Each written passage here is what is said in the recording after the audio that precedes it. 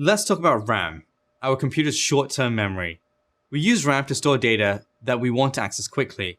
This data changes all the time, so it isn't permanent. Almost all RAM is volatile, which means that once we power off our machines, the data stored in RAM is cleared. Remember that our computer is comprised of programs. To run a program, we need to make a copy of it in RAM so our CPU can process it. When you see a new phone or laptop that says it has 16 gig of RAM, that means it can run up to 16 gigs of programs, meaning you can run lots of programs at the same time. When you type in a document, you're using RAM. If you've ever had the misfortune of working on an important presentation or paper and losing power, you know the feeling you get when all of the work you've done is lost. It's a total bummer. This happens to anything with RAM, even video games. Have you ever gone on a long campaign without saving? Then right as you get to a save point, the power goes off on the console and all the progress you've made is lost forever? It's no fun at all. You spend the next hour or so deciding whether or not just to rage quit the game completely and start all over from scratch.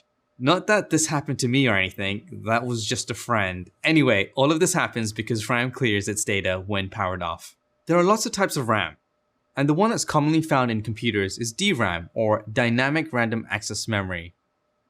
When a 1 or a 0 is sent to DRAM, it stores each bit in a microscopic capacitor. This is either charged or discharged, represented by 1 or a 0. These semiconductors are put into chips that are on the RAM and store our data. There are also different types of memory sticks that DRAM chips can be put on. The more modern DIMM sticks, which usually stands for Dual Inline Memory Module, have different sizes of pins on them. I should call out, we don't really buy RAM based on the number of DRAM chips they have.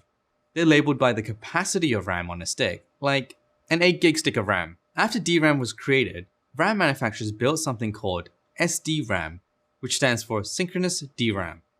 This type of RAM is synchronized to our system's clock speed, allowing quicker processing of data.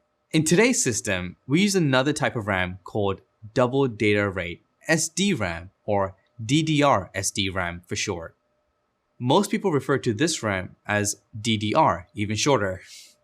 There are lots of iterations of DDR, from DDR1, DDR2, DDR3, and now DDR4. DDR is faster, takes up less power, and has a larger capacity than earlier SDRAM versions. The latest version, DDR4, is the fastest type of short-term memory currently available for your computer.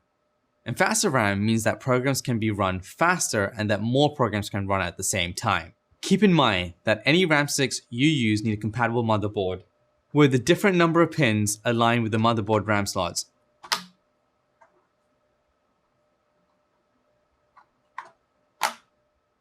Just like with the CPU, make sure that your motherboard is compatible with any RAM sticks that you buy. Up next, we'll take a deep dive into motherboards.